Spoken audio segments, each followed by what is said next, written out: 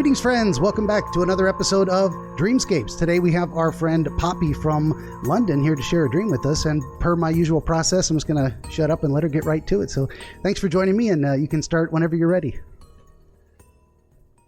Hi. So the dream that I had was actually about my ex-husband. Just to provide a bit of background, I knew my ex-husband for about a year before we got married, and then I was married to him for about 6 months.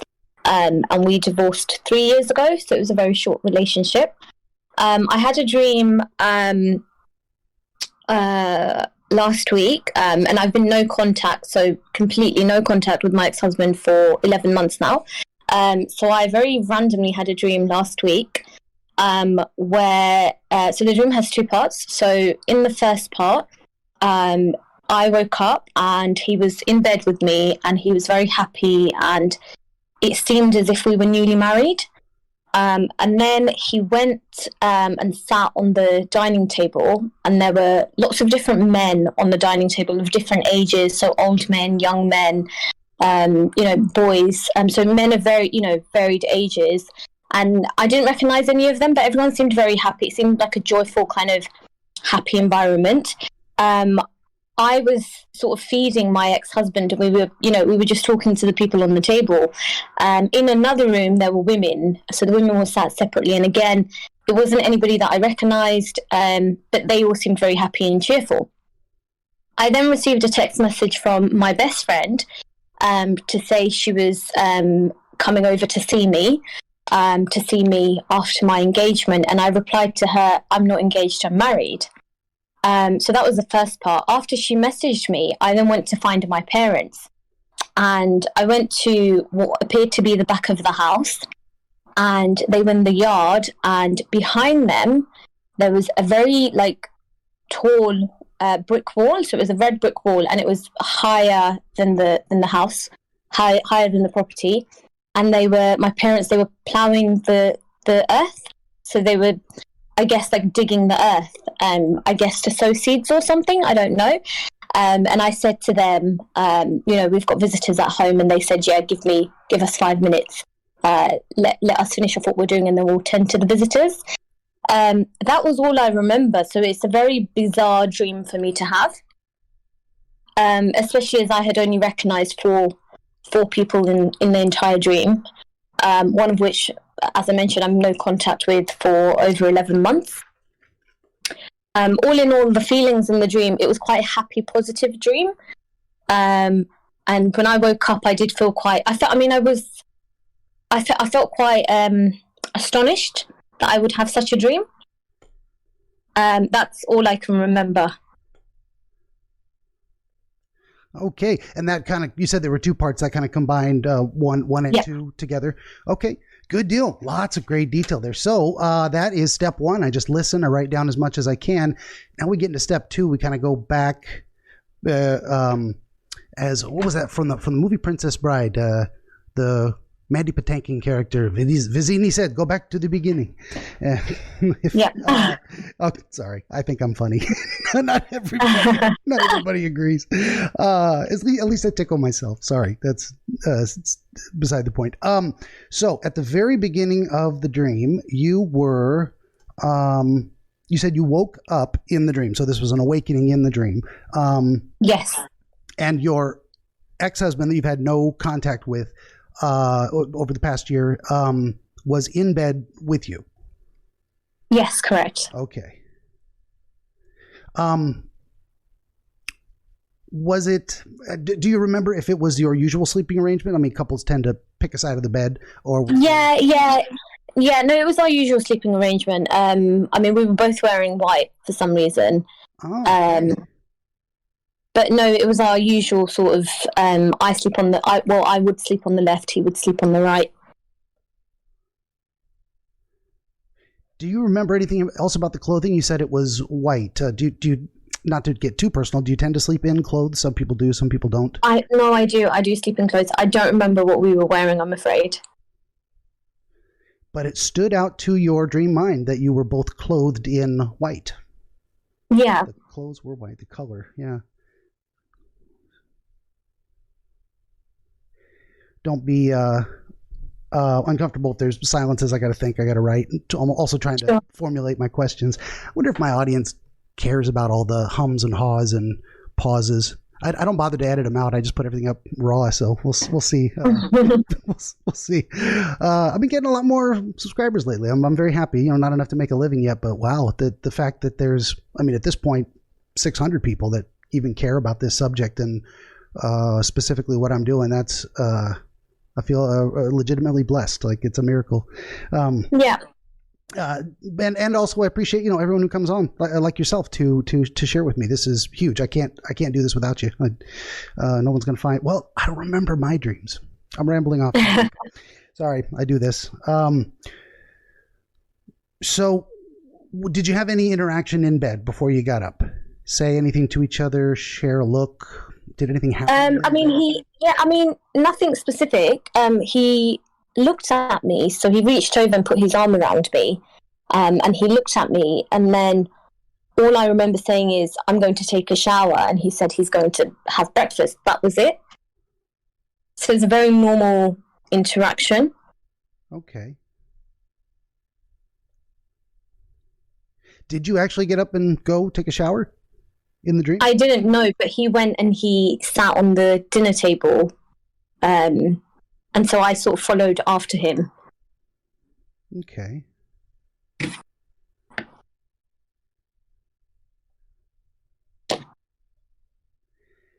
Do any of the features of the house or the path you traveled to get to the dining room, was it the configuration of the house you lived in with him? No, not at all. So in the dream, it was my parents' house, but it's not a house that I've lived in real life. Okay. That's interesting. So it was not your, say, childhood home. It was the house your parents are living in, say, now, and that's where you placed yourself in this dream in that context. No, so it's not my parents' house. It's not been my parents' house ever. It's just it's just a completely random house. But in my dream, it belongs to my parents. Okay, that's a good distinction. Yeah, I don't know what that means. Meditate on that a little bit. Let it as I say, percolate, like making coffee in the background. The idea, let me try to encapsulate it, that you've chosen, say, an unknown or neutral environment. It is not actually representative of somewhere you've been, but it is a space that belongs to your parents. So there's some connection to your parents in that setting, and in the idea that it's this disconnected space. It's not a house you've been in before. There's something there. So I make these little carrots on the. Sure. Yeah. So we'll come back around to it, but that's what I like to give people heads up on things I think are interesting and possibly relevant. So you go into the dining room. Can you say a little bit about what you saw walking in there? Did you see him jump up on the table, or when you came around the corner, he was already sitting there? Was there a jump?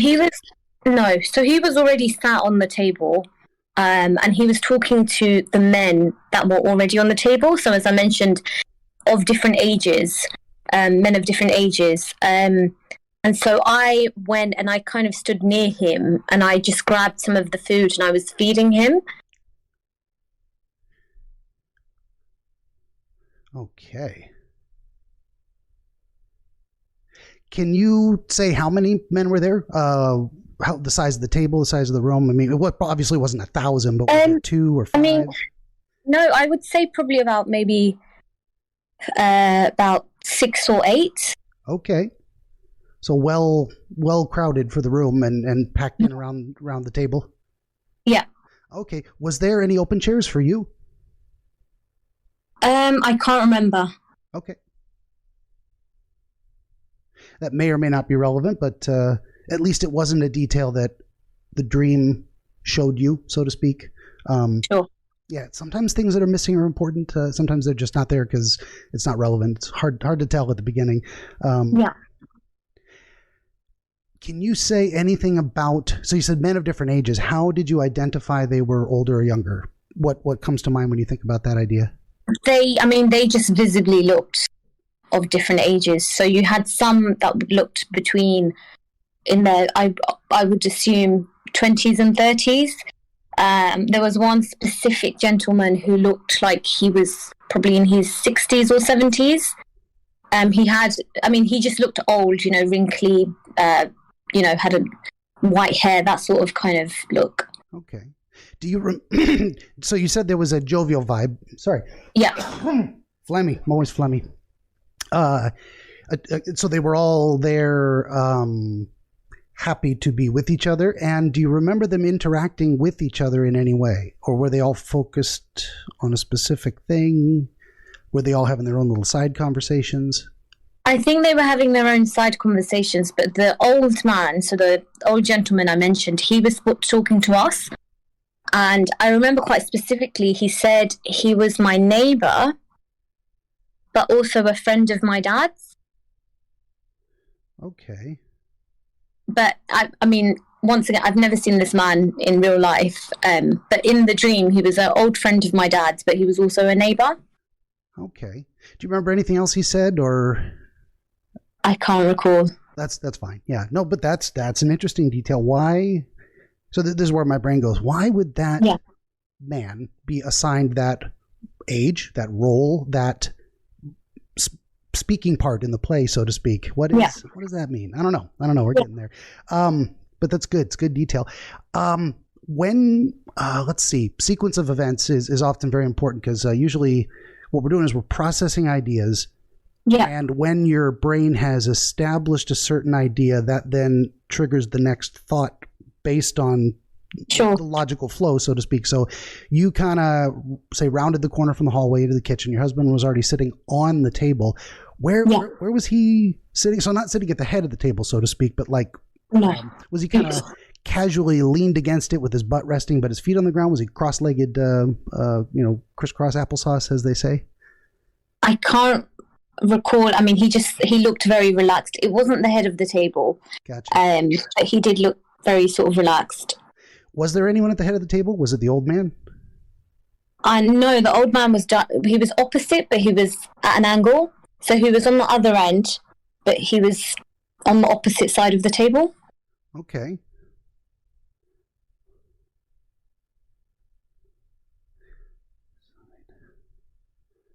My chicken scratch. What else about this particular scene? So where did you go to feed your husband, and how did you do that? What food did you choose from the table? What food was on the table? That's a good question. I can't recall what food was on the table. Okay. All I remember, I was on the left side of him. So I was standing, but I was on the left side, on his left. Okay.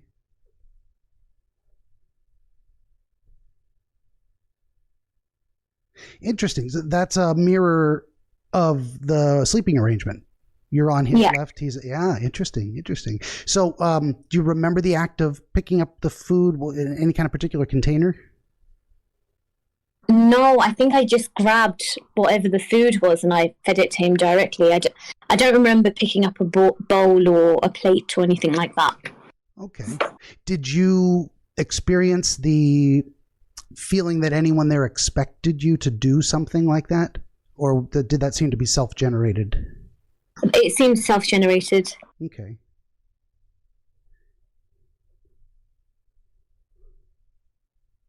And how did he respond to that? Was he, welcoming, big smile, wide open mouth?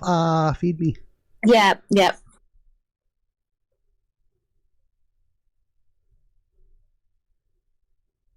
Did that go on for a time, or was it just one bite? How did that play out?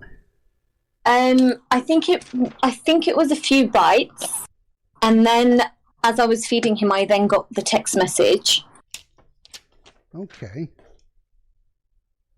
So this is another thing. It was I'll put another carrot here. The act of going through that motion, something to the idea of feeding him a piece or multiple pieces of food, but the act of that generous giving and feeding thing triggered the next step, which is now you get the text message from the friend. So some connection there in that transition.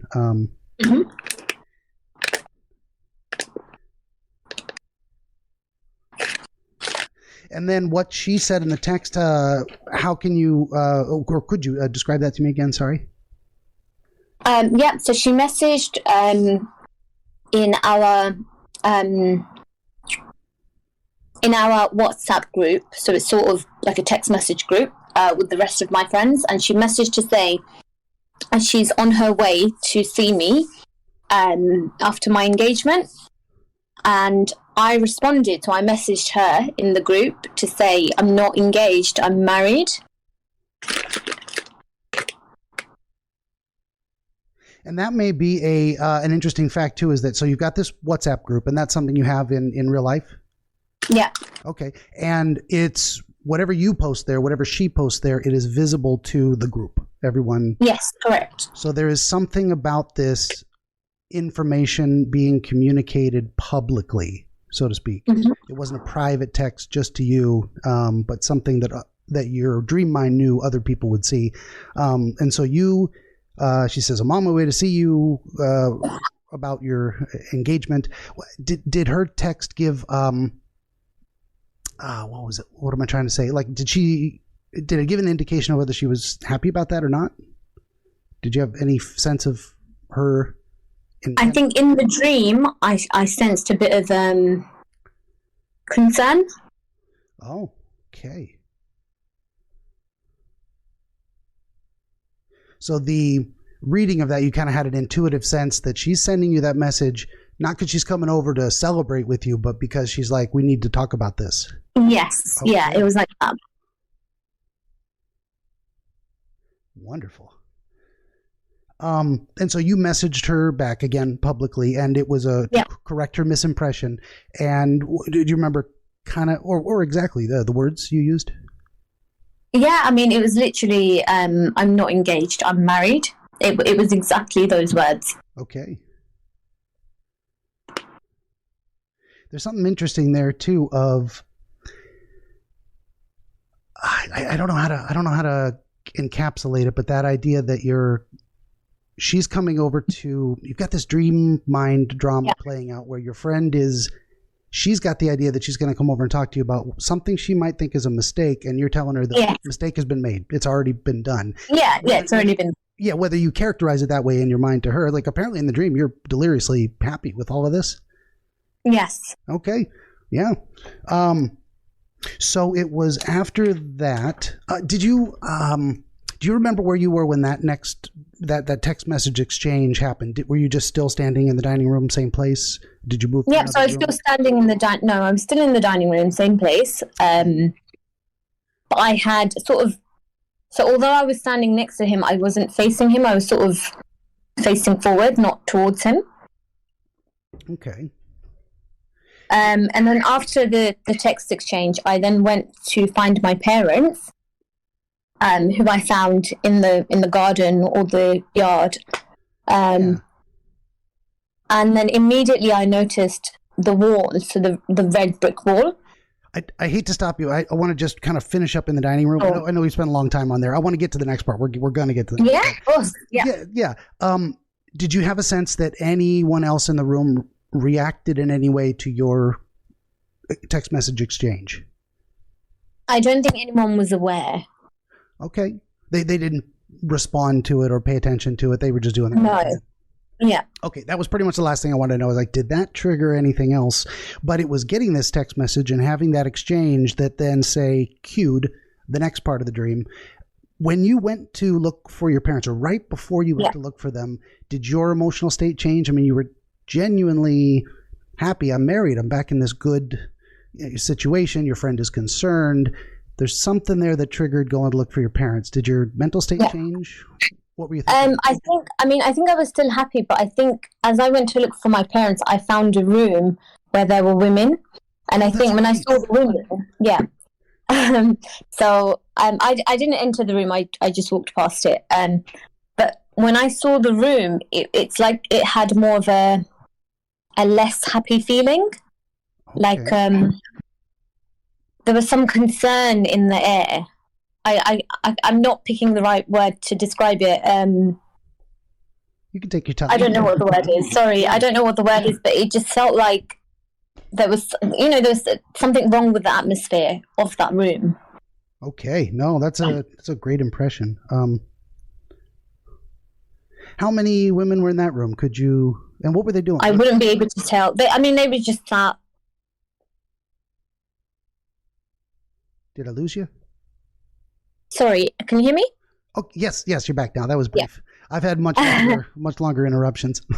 No, they were just sitting down. I didn't see anyone interact with anyone, but it was quite a quick glance before I walked off. So I didn't enter the room. I didn't see who was in the room. I didn't notice anything particular, but except for the fact that it's just women in that room. Yeah, so there's a very interesting thing going on there as well. You've got an entire table of nothing, but we've got men and women separated in your mind. There's a different vibe in each room, a different atmosphere. You're saying. Did you get any sense of just that quick visual impression of where were they sitting? Did they have their own dining room table, or was it a couch? No, I mean it looked like a couch. So sofas, settees. Okay. And so they were just sat. Living room or foyer type situation. Yeah, kind of like a living room. Yeah. Okay. Any idea of what they were doing? Knitting, talking? Were they all morose with their heads hanging? They kind of looked a bit. Their heads were kind of hanging low. They looked a little bit concerned. I don't remember them interacting with each other.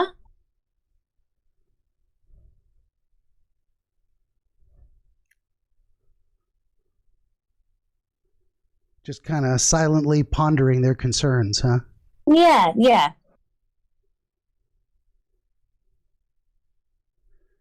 Okay, that is interesting too. So yeah, all of this stuff is directly relevant. There's something about so just to briefly recap, and then we're going to get to your parents out in the garden. You wake up in bed with a person you're divorced from and haven't seen in a long time. This leads you to, say, a happy place where there's a bunch of men around a table, and then that scenario, feeding your husband, ex-husband, causes the text message, which causes you to, say, go seeking your parents for some reason. But right before that, your brain needed to see this room where women were silently concerned. And then you were able to move out into the backyard. And can you give me just a bit of a mental image of the backyard? I know you said the big red brick, but was it it large? Was it small? Were the parents off to the left, to the right, in the far corner, that kind of thing? It didn't seem that big. I would say, I don't know how to describe. I mean, I wouldn't say it was a huge area. I would say it was probably the size of a normal size room, a normal size bedroom. Okay. So not too big. So about 20 feet, maybe less than 20 feet in length. Okay. So I immediately noticed, as I approached my parents, I immediately noticed the red wall, and I noticed it was higher than the building itself. I then looked down at the ground, and all of the earth, it had been kind of plowed. So it'd been turned on itself. There wasn't any grass, any flowers, any plants, anything like that. And my parents were nearer to me, so they were in the center, but they were on the end in the center, so closer to me. Okay. And they had the metal spades, and they were plowing the earth. Okay. Well, what would I ask about that? How much of the backyard had been plowed up? Like the whole thing? The whole thing. The whole thing. Okay. Yeah.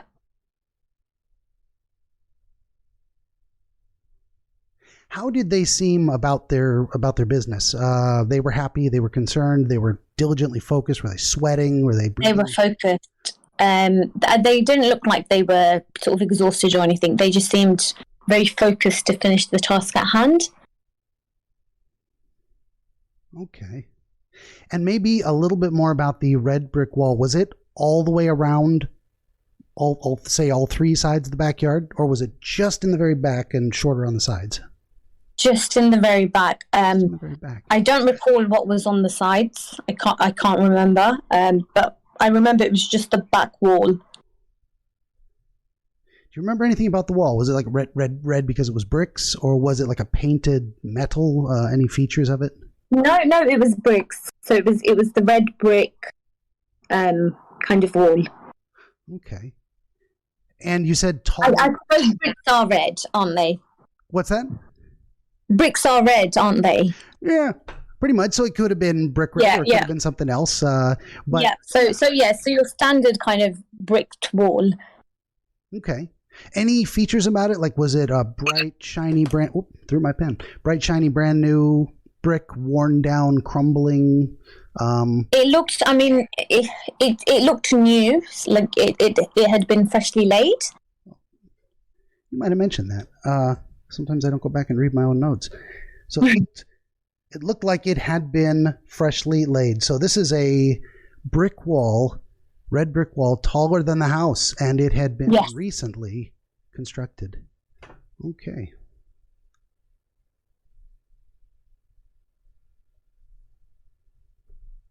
Interesting. Okay, so that's the scene you come upon. Your parents are out there. They've plowed up the entire backyard. They're intensely focused on what they're doing. They don't seem exhausted, just maybe determined. We're doing this. This is happening. And then what interaction did you have with them? I said to them, we've got guests in the house. Mm-hmm.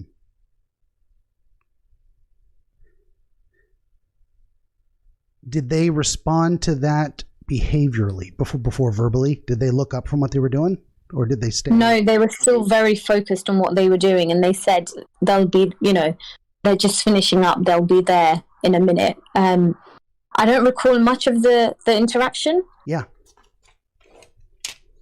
That is interesting. Well, that's the kind of thing that I'm looking for too. Those details, like how did they respond? Did they literally drop the spades, like drop everything and come over to speak with you? No. They continued. Yeah, they continued. So they're very focused.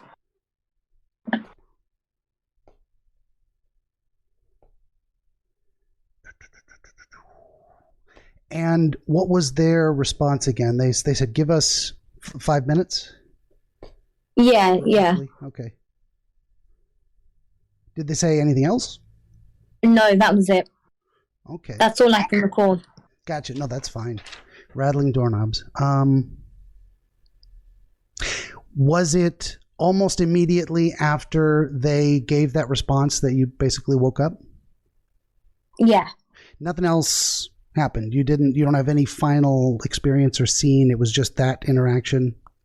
I can't recall anything else, so I guess that was the final interaction. Fair enough. I guess my only thought was, did that draw your attention or present any other ideas to you immediately after that? But it seemed like that was just the end. You didn't look back at the wall. You didn't turn around to go back in the house. No, not from what I can recall. Okay, good deal. No, that's perfectly fine. There we go. And that's the longest part, is going back through it and trying to pick out all those details. And for anyone watching, for anyone I contact, say, like, I contact people on Reddit all the time, and I'm like, I would love to do this by text, in text form. But the description that people post is often even less than you gave me on the first pass. What we really need is this second pass to get into all these little things that you didn't remember or didn't think were important to getting the story across, but we never know. So I would love to be able to give those people a better, say, cold reading in text form, but it's this kind of detail that really gets us where we're going. So I love it. And this was actually relatively short. We're still under, I've had this section last for an hour and a half with some extremely complicated dreams. So maybe this one will be a pretty short one. So before moving on and me starting to fill your head with my own, random ideas, as we were going through that, as I kind of highlighted some of those bits and pieces, did you get any sudden connections that made sense to you? Did that inspire any eureka moments? I wouldn't say eureka moments. I think more my subconscious mind. So, for example, my limited conversation with my parents, that sort of mirrors real life. Or them tending to, them ploughing the earth. But again, they've been really into gardening recently. Okay. So I don't know if the two kind of I don't know if that's my subconscious mind. My friend messaging me, feeling concerned. That's just her character. She's just anytime I've been in trouble, she's always she's sort of the voice of reason. Mm-hmm. Someone you can rely on for good advice. For good advice, someone who will, pull me out of the situation if that's what needs to happen. Yeah. The men and women sitting separately again. I think I lost you for just a second. Okay. Hello. Oh. Are you back? No. Can you hear me? Oh, let's write down that time. Cha-cha-cha. Good deal. Got that started again. Okay, here we go. So we'll just do a little jump take there. So you were in the middle of telling me your connections. I don't know if you remember kind of what you were saying a little bit. Yes, I do. Yeah. Yeah. Okay. So I mentioned about my parents. The fact that in the dream they were very they were focused on something else. So in the dream, obviously, it was the gardening, the ploughing the earth. In real life, I've got quite a distant relationship with my parents. So they're not the best of communicators. So I often feel like their attention is elsewhere, so they're not fully focused. With my friend. So where my friend had messaged me in the dream, again, she's just got that character where she's quite concerned.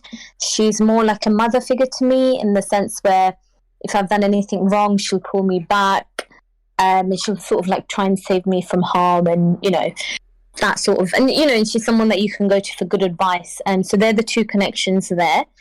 The third was the men in one room and the women in a separate kind of room.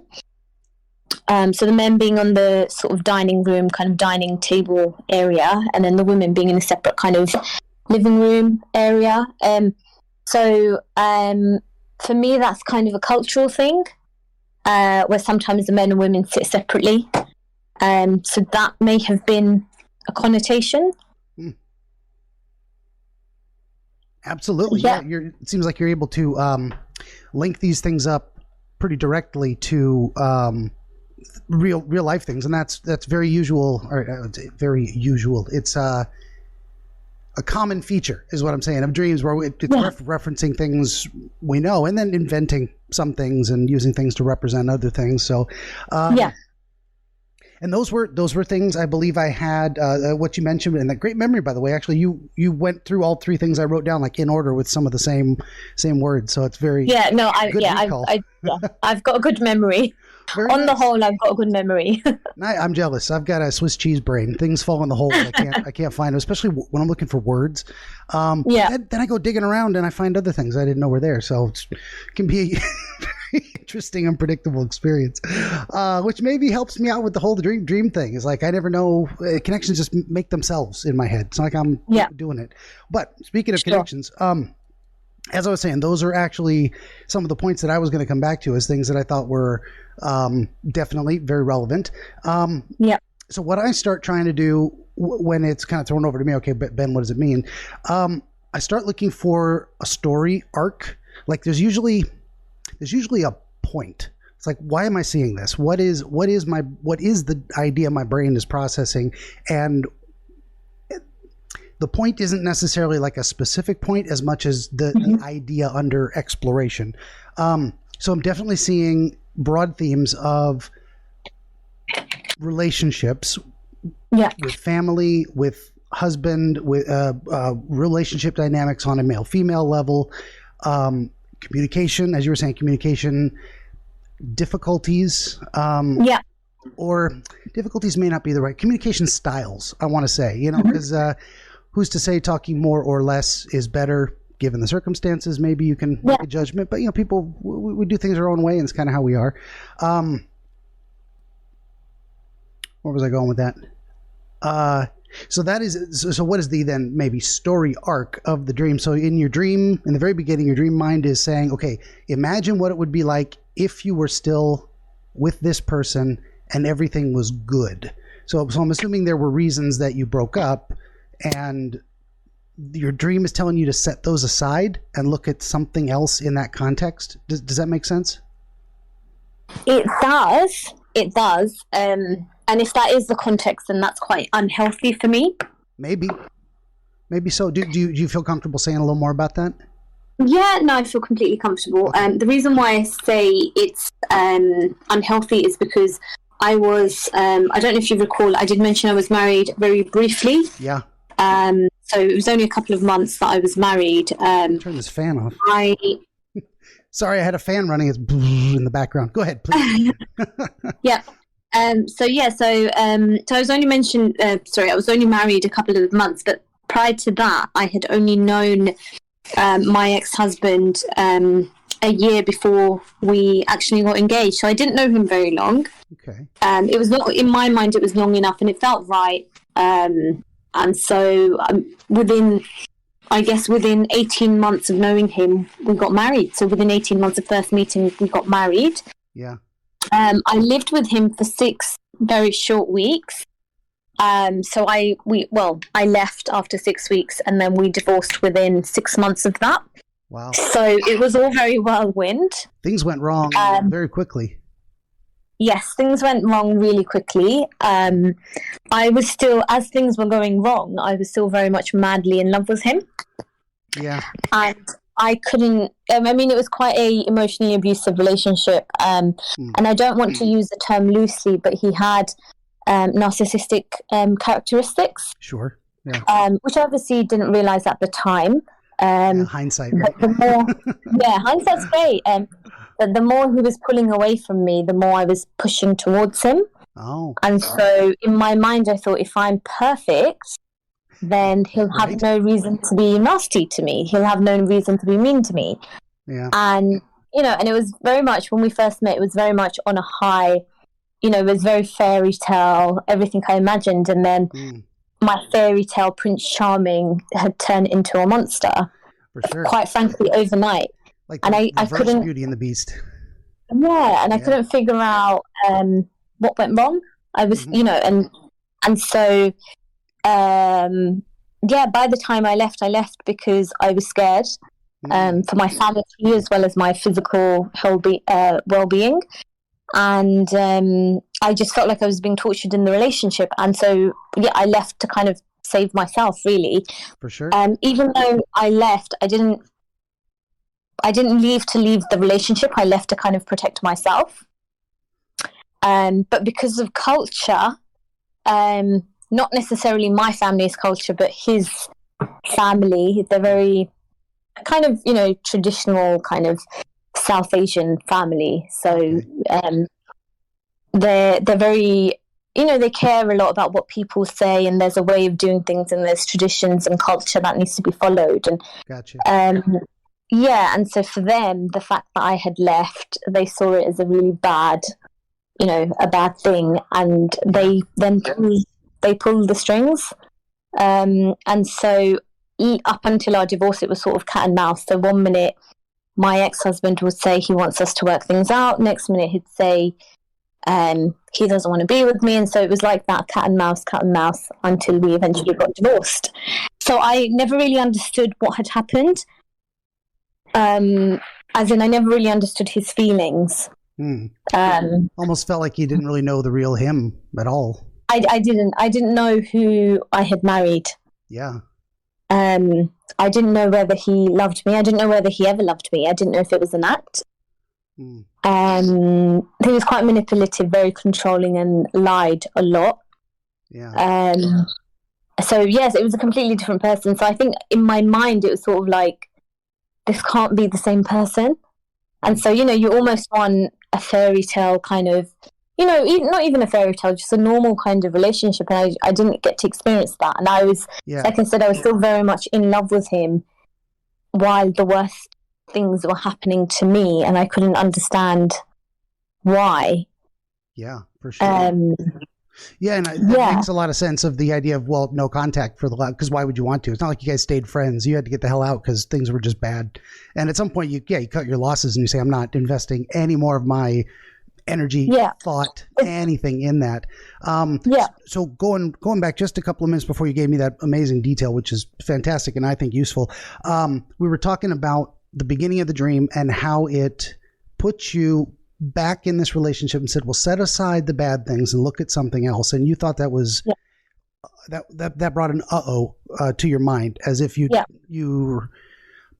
maybe I need to understand that a little bit more, because I didn't see it as necessarily a negative. Like maybe it is, but I didn't want to get locked into that particular understanding of it, just in case. And I want to be careful with it too, because I'm not saying you should set those things aside, or that they aren't important, or that your brain is necessarily trying to tell you that you made a mistake by leaving, or that anything is your fault. That's something completely different. But there may be something there, even just as you were talking about the fairy tale, the fantasy of it. What if, and your brain says, okay, what if this had worked? What might it have looked like? What would the positive side of it have been? So sometimes we look back on our past relationships and we say X, Y, and Z were fucked up, but A and B were pretty good. And I kind of missed those things, even though the rest of it was plenty reason to leave. So looking at it from that more broad kind of fishbowl dancing around the outside of it, does that change the way you're thinking about it, or open some new thoughts? No, I still think it was. I still think it is a bit of an for me. Fair enough. Unhealthy was the word that I used, only because I have, after getting divorced, we have tried numerous times, on and off for about a year, and every time the exact same thing would happen. Gotcha. And so every time I would go in very hopeful, the idea would come from him. The contact would come from him. I would go in very hopeful, and then we would experience a very minor inconvenience that he would blow out of proportion, and then it would be back to, I would feel again like abandoned, rejected, and all of those negative feelings. Yeah. And so that's why we're no contact, because I don't want someone pulling me like a puppet. I don't want my strings being pulled. Fair enough. Okay. So the seemed to have come from, I've been tempted by that fantasy before. And okay. So good. So so maybe that's related to why this dream imagery showed up the way it did. So this is not your mind saying, gosh, I really want him back. Now, maybe part of you does, and that's why you gave him so many chances. But I'm looking at it from a slightly different perspective. It's like, okay, let's look at the part of you, the dream is saying, let's look at the part of you that wants that and analyze it in this perspective going forward. Does that make more sense? Yeah.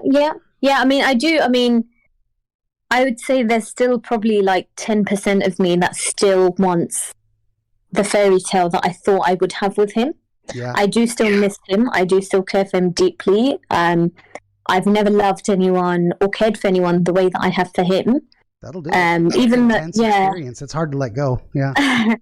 Even though we're no contact, I did believe he was my soulmate, and I did think that we had just fit in really well together. But having experienced what I've experienced with him, I don't think he's healthy for me. Yeah. And so it's sort of like it's I guess in a way grieving something that had potential rather than reality. The reality was it wasn't, it wasn't very healthy or very, good to me at all. And that's an amazing thing our brains can do, is grieve the death of a fantasy. It never, like, something that never existed, and we hurt for that loss emotionally. It's like, wow, how does that even? That's like, that kind of power of the mind blows me away. I love that. As much as that's not it's an amazing expression of it. It's a painful thing and unpleasant, but wow, that could even happen. And sometimes, that's so if that's what your brain might have been processing while you were sleeping. One thing I was going to ask you too is that, did any recent events happen within a relatively short time of the dream occurring, or were you at that time anticipating some event happening? Is there something now that we've talked about it a bit, some life event you can kind of tie that might have not personal to me. Yeah. Not personal to me. I mean, something did happen. So roughly about 6 weeks ago, I joined a dating app. Okay.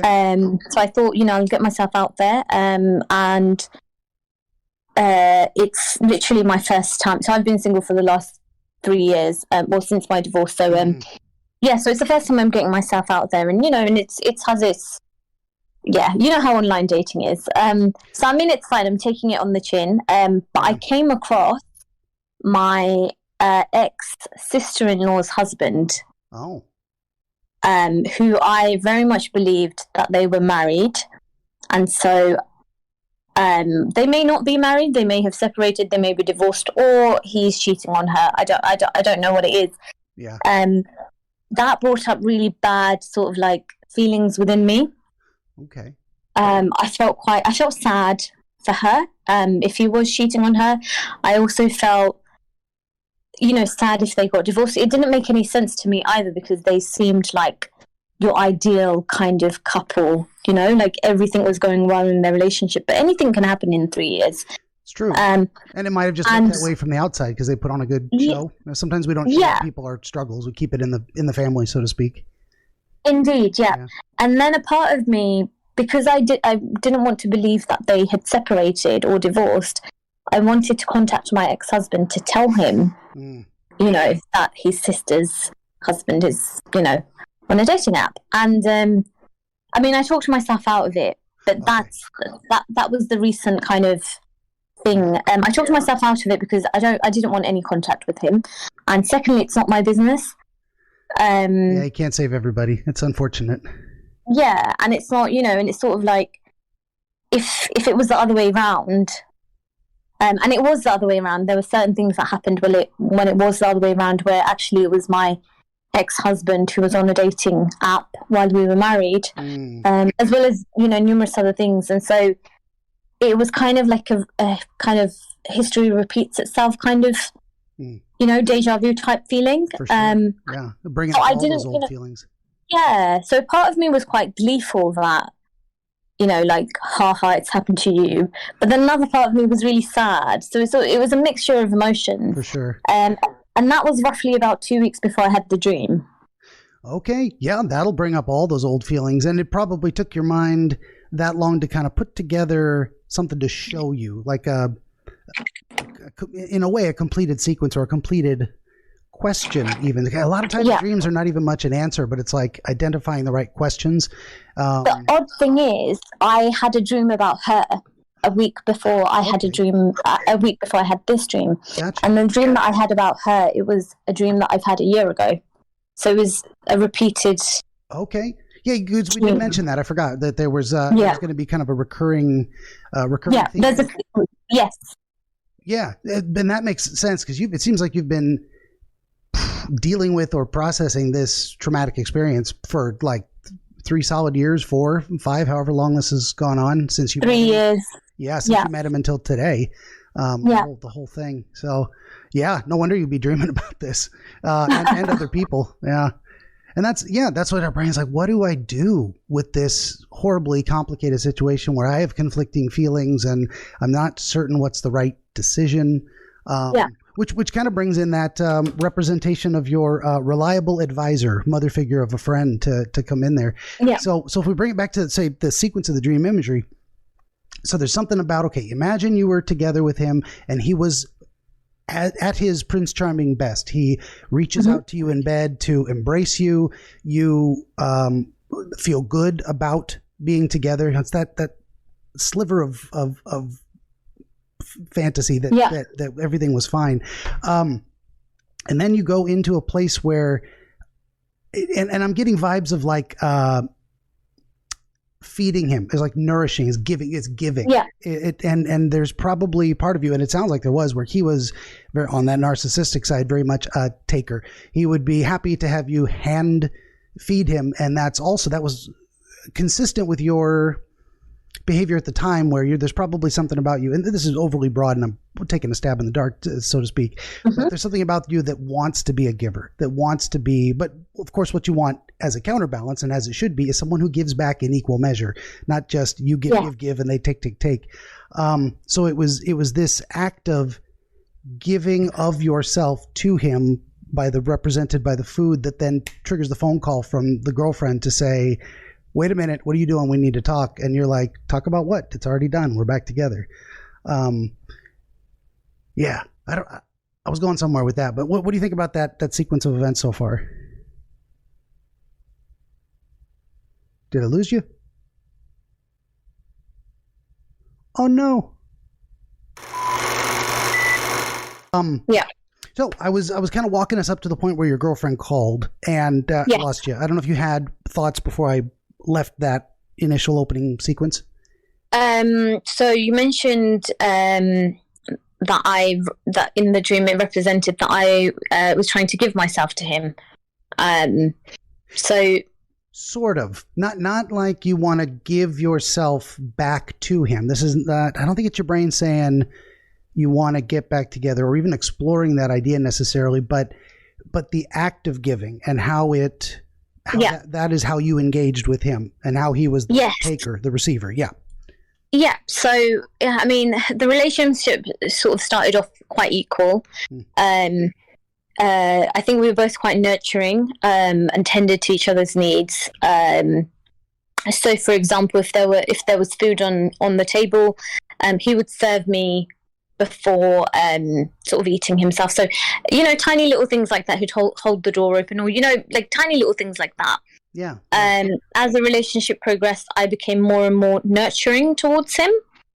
So I'd want to do little things. So, like if there was food on the table, so I would, I would just feed him. It would just kind of, I guess I kind of did it in a nurturing, loving way. Yeah. Gotcha, for sure. And that seems consistent with what you know about yourself, is that you tend to be a giver. I mean, some people are not. Some people are less giving, less not in a judgmental way, but just less inclined to those small gestures, or to self-sacrifice it in a way of leaving things unbalanced and being happy with that, being content at giving more than receiving. I don't know if I just talked myself in circles, but did that make sense? Oh, did I lose you again? I might have lost you.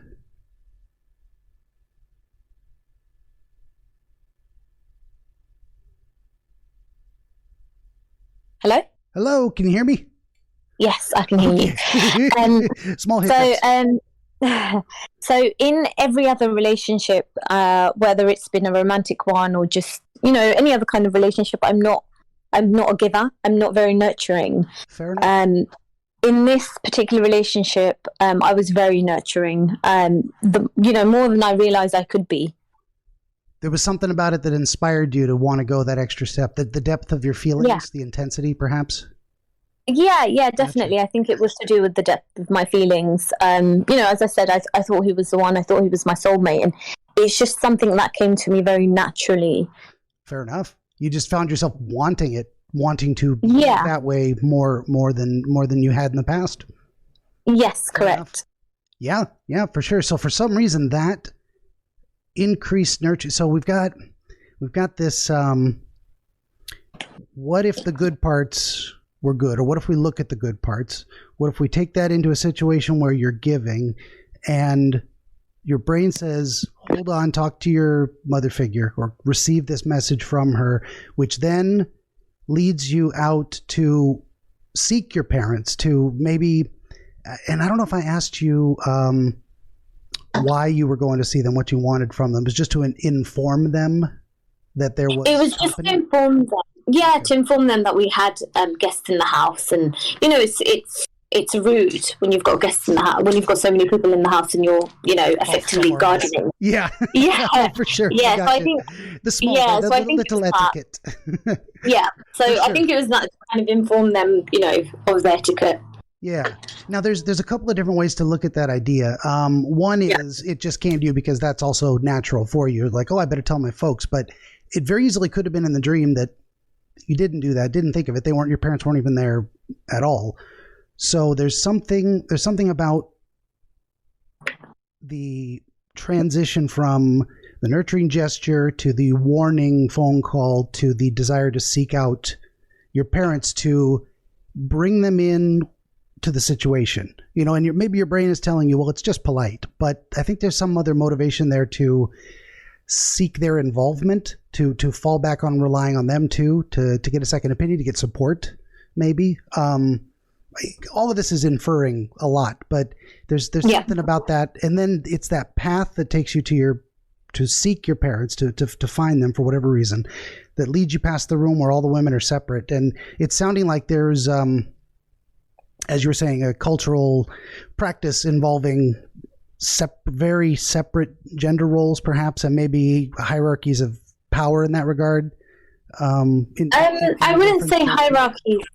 I wouldn't say hierarchies of power. I think it's just kind of very separate gender roles, really, like traditionally very separate gender roles. So I think it's just that. I think the women tend to sit with one another to, gossip and talk about, I guess, more feminine kind of topics, and men, the more masculine kind of topics. I think that's literally it. Fair enough. And I mean, you find that, say, in America too, especially now that we're in barbecue season, the men are all standing around the grill. The women are doing something else, but they do kind of tend to separate. They're going to talk about, oh, that's a nice grill you got there, Bob. And the girls are over there talking about, well, are you pregnant yet? I had a kid already. And it's different interests. So it's kind of that. It's kind of that. Fair enough. Yeah. And I didn't mean to have it be judgmental in that regard, but wondering if that was a dynamic. So it sounds like maybe less so. Sure. But then you, looking in, did see that these separated women were unhappy, pondering. There was an atmosphere that was very different than the happiness of the men and the concern of the women. So that I'm thinking. Go ahead. I mean, I'm just thinking back to sort of the women in my life, so my sort of extended family and my immediate family, and from what I've seen anyway, men are more free, so their personalities are more free, they're more relaxed and laid back, whereas women, especially I guess culturally or even generally, women tend to compete with one another a little bit more, especially if it's in-laws. Sure. So if you've got 2 or 3 sister-in-laws in one room, they will compete with who's got the nice house and the nice car and the nice kitchen, and and it's. I think I don't know if that was what my dream was sort of about, but I think generally, when I've been to gatherings and stuff, if it is a mixed group of women, there is a bit of sort of standoffish kind of coldness in the air, fair enough, and the men are just a lot more sort of freer. Yeah, and then there's archetypal representations, and then sometimes there are personal archetypes that we build ourselves based on our experience. So what does it mean to be masculine or feminine would tend to be, well, what have you been exposed to? What have you seen? How have the people in your life behaved? So there may be something in that going on there so what would it be if that's the angle we're looking at? What would the dream be trying to show you between this comparison? Like why going from... Go ahead. It's a difficult one for me because I get along with sort of all genders. Sure. I have more sort of more men, more boys in my family, so more sort of like the masculine kind of type. However, I wouldn't say that they're alpha male. So I've got more alpha women, very successful alpha women. And I've got very beta sort of kind of men in a way, just I don't know if I'm describing myself well, but I feel like I feel like I don't really have a strong male, alpha kind of role model. Sure. And I do feel like that's quite necessary sometimes. Yeah. So I don't know if it's got something to do with that, perhaps. Did you perceive, at least initially, your ex-husband as having more of that alpha quality you were looking for? Yeah, definitely. I thought he was very much an alpha, and I thought he was surrounded by alphas as well. from little things, the way he conducted himself, his charisma, confidence, to even doing little things around the house, like a bit of DIY, or, like, to me, I guess, I'm not a kind of traditional person, but I very much wanted that kind of marriage. And so he represented a very manly man in my eyes. Gotcha. Whereas, as I said, I'm not in my own family, my own extended family. I'm very much surrounded by softer, kinder, men who are, slightly more reserved, slightly more quiet, but nicer men in a way. Sure. Yeah, there's an interesting conundrum there too. Is that safe men aren't as exciting because part of the excitement is the danger of the potential that a man is unsafe, which kind of comes with being the alpha thing. Yeah, that doesn't mean that every alpha is necessarily an asshole, but there is that potential there in some bad boys.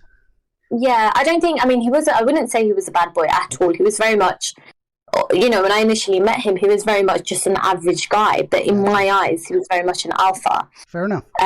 Yeah. So he wasn't. There was nothing. Again, in hindsight, there was nothing like amazing about him. It's just he had qualities in him that I would like my partner to have. Sure. That the men in my family wouldn't necessarily have. And I'm quite, I would describe myself as quite a confident alpha female. Gotcha, And so I often struggle with people who are quite pessimistic. So the men in my family are very pessimistic, very reserved, very non-direct, whereas I'm quite direct, straight to the point, get the job done, kind of no fuss kind of person. Yeah.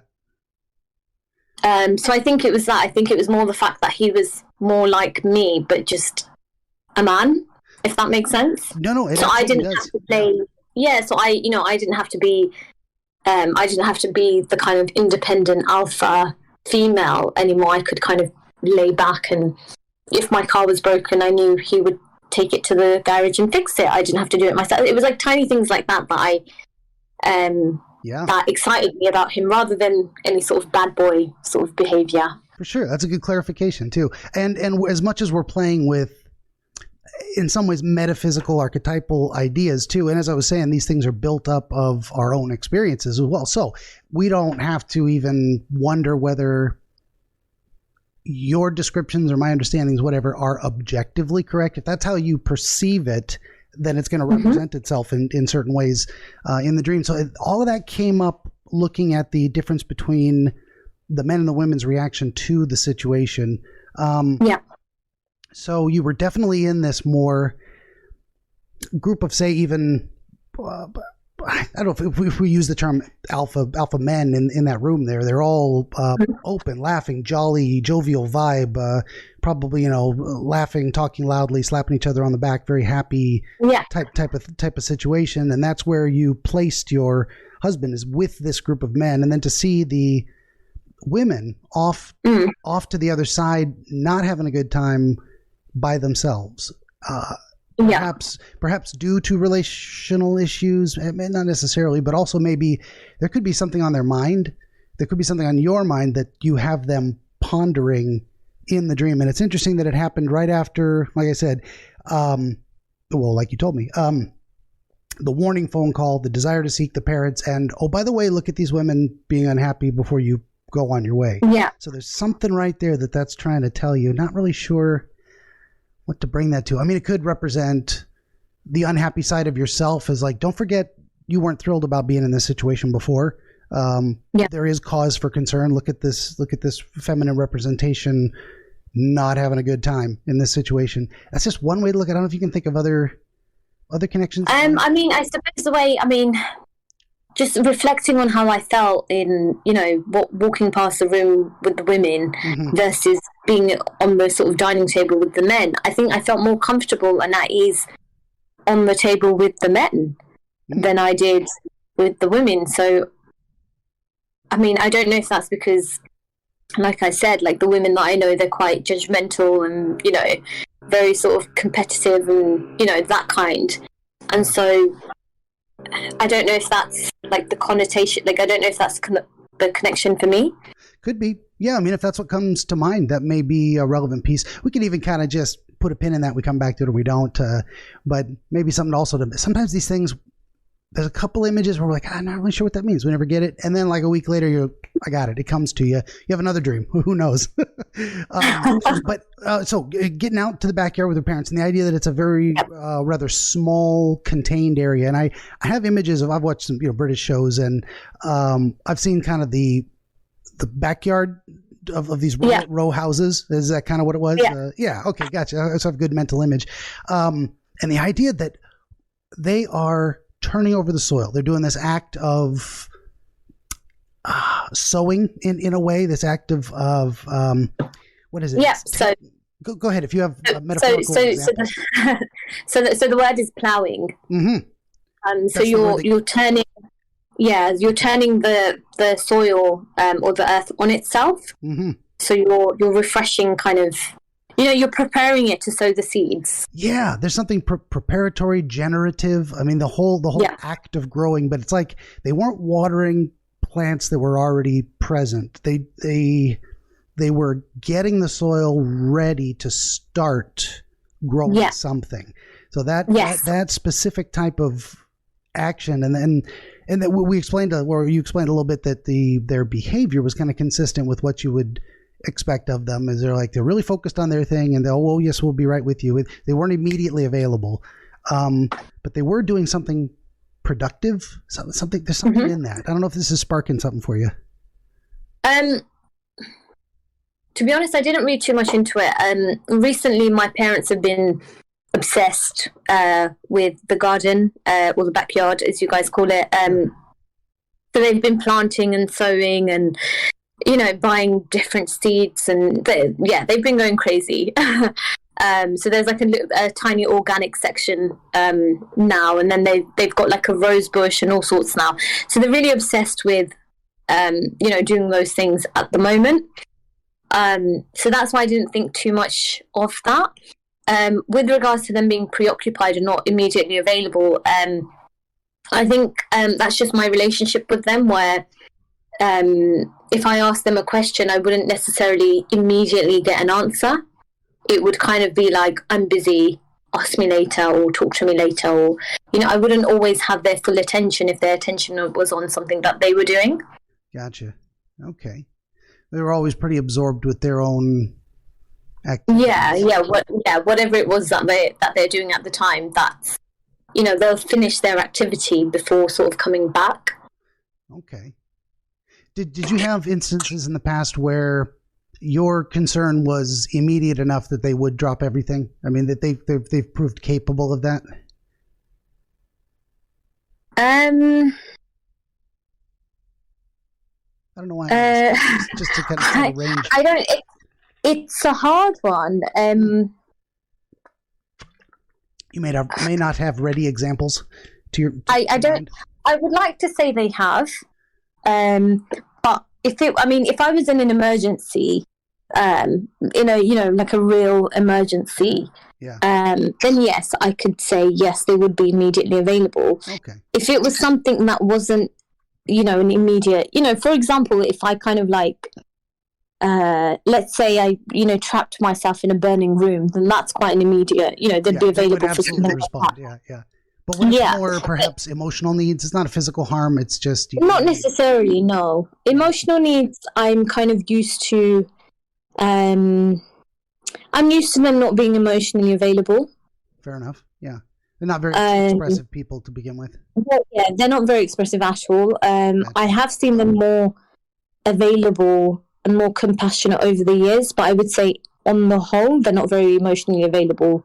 Okay. Kind of people, and it's just the way that they've been raised, and that's just who they are. Without criticizing them, of course, because there's just a different style. I tend to be, very non-emotional in most ways. I've got legit autism, and I don't emote well. I mean, I look fine. I can present myself. I smile at jokes and whatnot, and I listen to people, but I'm more analytical, and I have a harder time. What do I do with someone that's crying? I pat them on the back and say, feel better, I hope. I mean, I don't know. I don't know what to do to make someone feel better. I don't understand emotions very, which is funny. I got into psychology, but that's part of trying to, how do I understand people? Well, I'll get into psychology. So anyway, all of this to say, not judging your parents for being, but it's a different style and it may not mesh well with yours. I was getting around to the idea of asking, in this relationship difficulty and the breakup and whatnot, do you feel you've received as much support as you needed from them? The thing is, I feel like from one parent, I received the most emotional support that I could, and I ever have. Okay. From the other parent, I didn't expect any emotional support, and I didn't receive any direct emotional support. But that relationship has always been that way. So I think for me, it's kind of, I wouldn't go to my parents for emotional support. Gotcha. That's just kind of the status quo. Yeah. Yeah, I would always refer to my friends, which is probably why the friend was in the dream. So I would go to my friends for advice, or if I felt upset, I would go to my friends rather than parents. Yeah, no, that's a good way of just, in practical terms, getting your needs met from people who were able to give it. Not getting what you need in one place, no fault of their own, perhaps. You got to supplement somehow. So that makes a lot of sense. Yeah. So we're going with this story arc. And the reason I was focusing on that so much is this is where the dream ended. The dream wanted to show you your parents working in their garden. And it may be, okay, it's certainly related to the fact that, yes, this is something they do. So you've got this iconic representation of them tilling the soil. But that this is somehow the conclusion of the thought that started back with, okay, let's imagine the good parts of the fantasy were at your fingertips again. You're back in this. And then it ended with your parents. If you look at it as that arc that takes you through these different events, is something connecting? It might be altogether vague. I would like it to connect. I don't know. I mean, I'm just trying to think. I mean, when I suppose when I was in contact with my ex towards the end, my family, my parents, they weren't aware. My friends were, but my parents weren't aware. Okay. I don't know if it's that, and as I mentioned, if I've got a big decision to make or anything that happens in my life, I wouldn't go to my parents first and foremost. It's kind of, not an afterthought, but it wouldn't be the first place I'd go. So I don't know if that's the. I mean, I'm really trying to think. I can't think of what the connection is. I got you, and I feel like I'm a little lost too, and I'm not asking the right questions because there's This is a bit of a tough one of I think we've identified some great things and really explored why some of this specific imagery showed up, but I always feel like I want to give someone not an answer as much as a story. What was this about? Sure. Because that's kind of, it's like the story of the thought process, the concept in question. So it's definitely looking at, there's parts of you that still yearn for the possibility of the fantasy, and we talked about that, and there's parts of you that are popping up representing, but you know why that was a bad idea, even though it felt really good for a minute, and that there was sadness involved, maybe like these women. But in this, at the very end, to see the parents, is there a part of you that wonders if you're gonna end up in a relationship like your parents? Like, I hope so. This is what I'm saying. It seems to me like their style of interacting with you is like you wouldn't want to marry a man like them because you're not going to get what you need from him. So there's something. Indeed. There's something in that imagery that called that to mind with the parents being the end of the story. Does that? I think it's that. I think maybe that's why I tried to hold on to him for so long, because he's very different from my family. As I said, they're very passive. And there's nothing wrong with being passive, but if it works for you, but it seems like it doesn't work for you. Yeah, it doesn't work for me. I don't like it. I don't enjoy it. And, I prefer somebody more direct, somebody more passionate, somebody just with a bit more flavor, I suppose. You seem a more energetic type, and you need someone to match your level, your energy exactly, level. To match my levels. And so I'm not, I'm quite an extroverted person, and it's my parents can go for, I don't know if it's because they've been married a long time, or I don't know what it is, but I don't like the way that they communicate with myself, and I don't like the way that the interactions are within my family, within sort of my siblings and myself and my parents, and gotcha. It just doesn't, there doesn't seem to be, we're all very there for each other and we all care and love one another, but it doesn't seem, it's very different from other people's, I would say. Like there's love, but there's no energy, there's no livelihood, there's no, it's not. There's a bit of a British stereotype coming into my head of like the what is it, like a Monty Python sketch where it's like this guy gets his arm cut off and one of the other guys says, "Oh, your arm's off." He's like, "Oh, so it is. Pass the tea." Yeah, so it's kind of like the very polite, reserved, stiff upper lip kind of relationship. Yeah. Which is funny on one side, and like not funny at all if like that does not work. Yeah, for you. It doesn't work for me at all.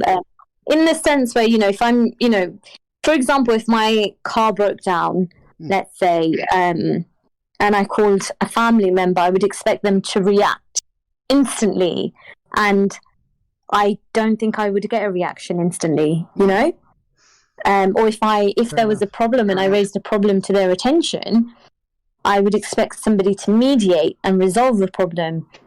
But what would tend to happen would be it would get brushed under the carpet, and so the problem would never be addressed. And it's very much that. Whereas I feel like, that's not what I want. I'm very much, if I've got a problem, I'll say what the problem is. I'll figure out a solution and I'll move forward. And so I'm very kind of reflective and, kind of. Yeah. I guess I'm just very different from them in certain aspects. For sure. Yeah. And we are all born with our own certain temperaments, and they're modified by our experiences. It's that nature nurture thing. Which one is it? Yes, it's both. It's always both. So maybe that's kind of the story of this dream, is it's just this recent experience threw your mind back into remembering rather intensely what it was like during the good times, and walked you through remembering why you left and why you didn't feel like it was a good idea, and left you with kind of that empty feeling of like, am I going to end up with nothing better than this, working in a garden, bored, not communicating well? That might have been the question in the dream, is what's actually next? I think go ahead. Sorry, one key point I probably should have mentioned, I don't know why I didn't. So prior to getting married, I've lived at home with my family, but I lived a very busy lifestyle, so I was never really home, so never really interacted with the household. After I left, I separated from my ex-husband, and since then I've been back at home, so back with the family. Okay. So it's like as if I never left, and initially it was fine because I was healing. And so, healing takes time, and, you need patient, calm people around you. So initially it was fine. And then obviously we've had 18 months of COVID. And so my lifestyle's completely changed. And I'm at home now more than I have ever been. It really is. Yeah. And I think I'm a homebody. I'm in my garage right now. I won't leave this place for 12 hours and then I'll just go to bed. That's me. I love to stay home, but someone else is completely different. I can't do that. I can do it here and there, but I'm now working from home as well. Yeah. We've been in 3 national lockdowns for really long times. And so I've not interacted with anyone beyond my household for long periods of time. Yeah. So loneliness creeping in too from that angle, lack of interaction. Yeah. Possibly. I speak to people on the phone. I see people now we're out of lockdown, but for a long while it was like that. Yes. Yeah. So I don't know if that's got something to do with, the fact that I was sort of with my parents at the end of the dream. It might actually. It gave me a whole new view on the idea of this may have been walking you through the entirety of the past 3 years. The intense, loving, you're in bed together situation, the feeding him, the giving, the warnings to yourself of this isn't working, the women sad, and at the end of it, you're back at home with your parents. This might have been like one dream about your entire relationship with him. That actually makes the most sense to me. I don't know if we just hit on the gold mine right there. Yeah, that could be it. Maybe it could be just my mind reflecting on everything. Yeah, that sounds reasonable. It seems like the whole arc of your journey over the past 3 years was in the dream, almost point by point. Wow. And then I suppose, now actually just thinking about that point as well, with my friend coming to see me. So after I had left, my ex-husband, I think a day or maybe 2 days later, my friend messaged me to say she was coming to see me, and I was in a very bad sort of mental state, really and needed it. and it was that friend, and it was so it probably was like a rerun of my life, but within a dream. For sure. And the idea that you needed to process that through to its end, as you did in the dream. You needed to have this dream experience to probably, I don't want to say second guess. It's more like let's look at this again for the purpose of objective review, because we do that a lot with all kinds of things. Where we look back and go, did I make the right decision there? Was that? And very often we say, okay, I've looked at it again, and I'm pretty damn sure that was still the right thing to do. So there was something about that. You just needed to have that experience to remind you made the right decision. It didn't solve everything, but it solved one set of problems that would have made your life miserable going forward. So.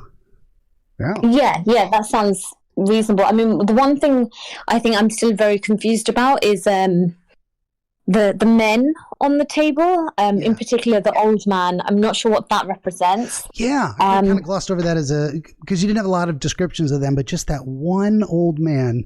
And I didn't ask too much about did they seem to be. It seemed like the young men were mostly talking to each other, and the old man was focused on you. On I would say myself and my partner. Okay, gotcha. So he was conversing with us. I can't entirely remember what he said, but he mentioned that he was a neighbor as well as a friend. That's right, and a friend of your dad's. Yes.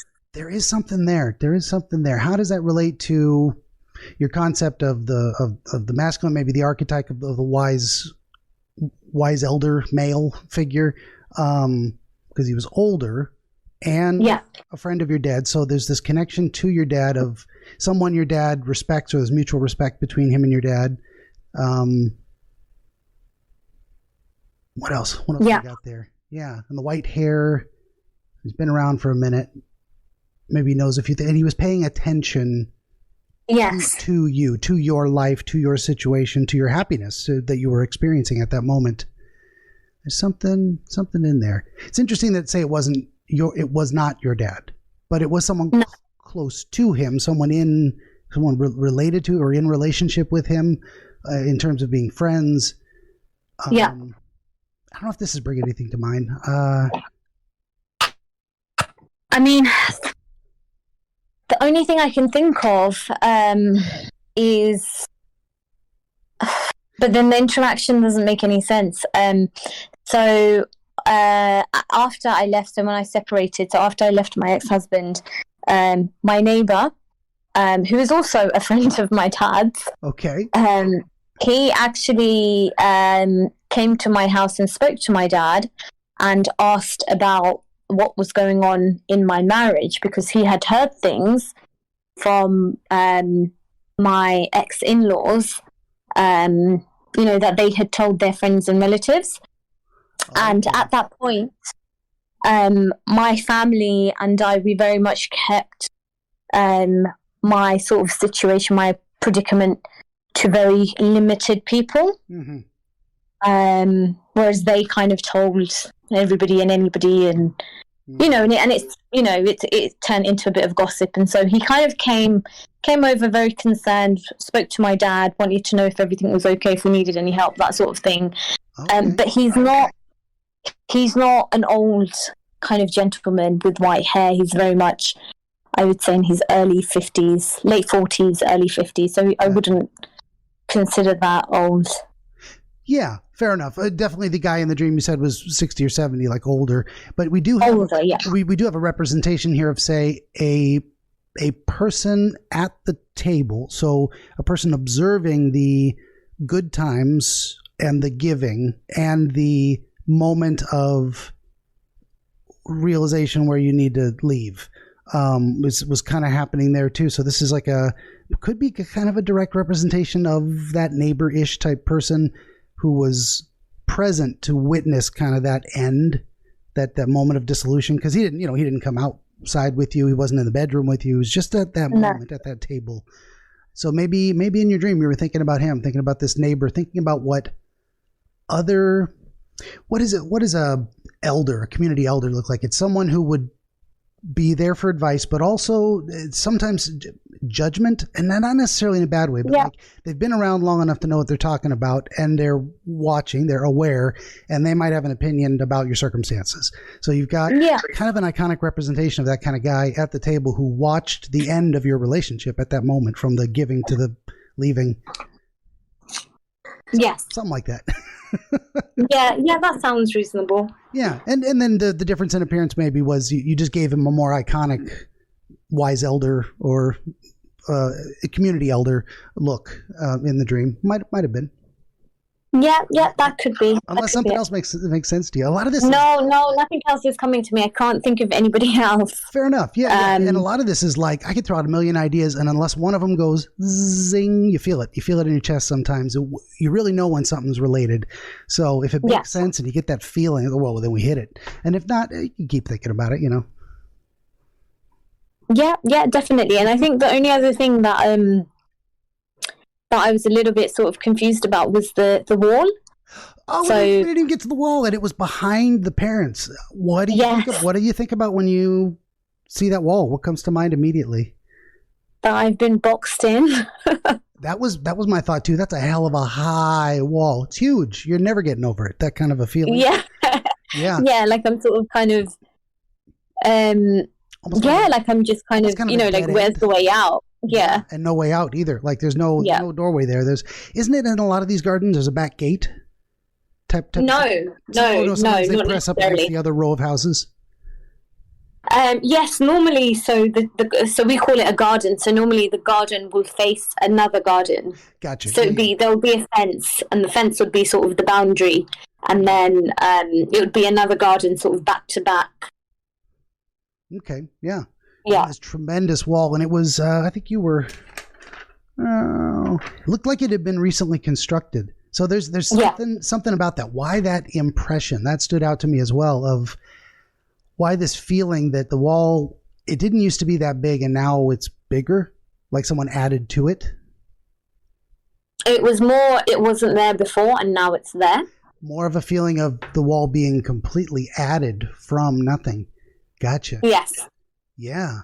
That's it. Well, walls tend to be barriers, boxed in type of feeling, a stopping point, a dead end. These are all thoughts that came to my mind. That might have been. There's something about this review of the dream and some of the way you're talking about the experience, where because it was so intense and you had such strong feelings for it and such high hopes, there's part of you that feels like, am I ever going to have that again? Is it even possible? That's what I think about when I think of the wall. Yeah, that's probably correct. Does that connect to you? Yeah, definitely. I do sometimes feel like I would never have that again. Sometimes I feel like, well, why couldn't he just be normal and kind and nice?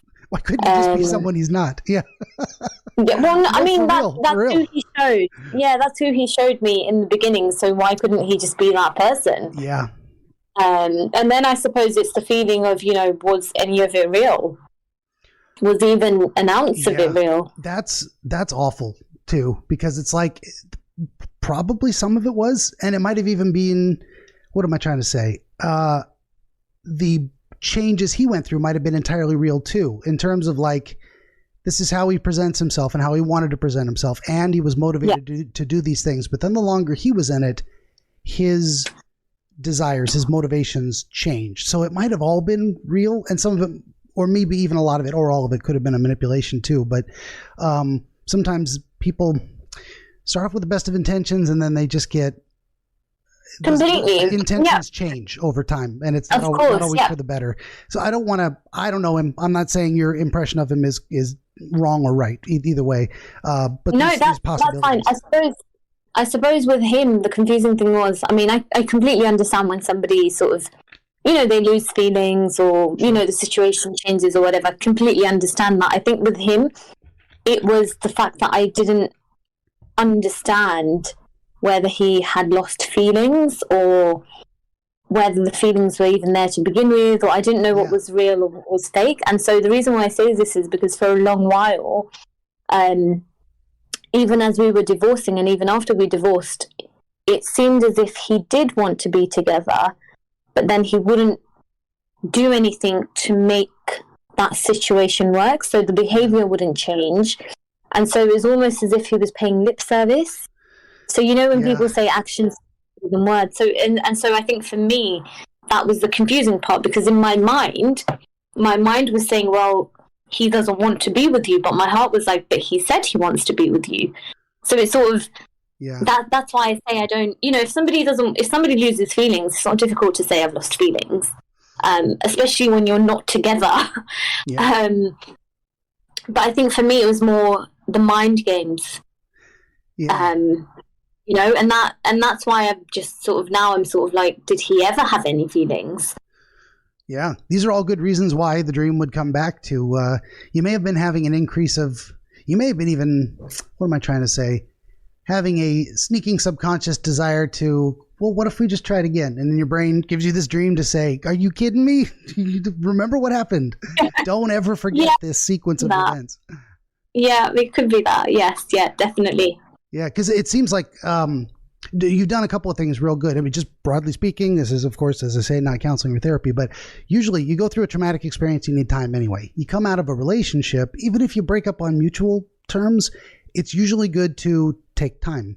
Don't jump right back into this. What's the joke? Is how do you get over your ex? Get under a new man. It's like actually, that is just a joke. It's usually not the best advice. It's very often jumping from one bed of trouble into another bed of trouble. So what was that? That was one thing. So you've taken great time to get yourself together, and part of, I don't know if you've already done this, and I don't want to make assumptions or anything, but it's also another good piece of general advice to say, look at yourself in that space to find out how did I let myself get suckered? Which there's two things happening there. It's like if you're the victim of a crime on the street, it's dark, it's late, it's a bad neighborhood. Many people have been attacked there before, so you're walking down the street, you get attacked. Number one, it is 100% the criminal's fault entirely. And everybody bears their own responsibility to maybe don't walk down the dark alley in the middle of the night in a bad neighborhood. So we always blame ourselves a little bit. And honestly, there may have been something we could do differently next time to make sure the same thing doesn't happen again. So that's often what we process with relationships that go bad, is to say, how did I let this happen to myself? What were the warning signs I missed, and that kind of stuff. So that's another good reason for the dream to come back, to kind of run you through those the beats of the song, so to speak, and let you look forward to try and make better decisions. I suppose.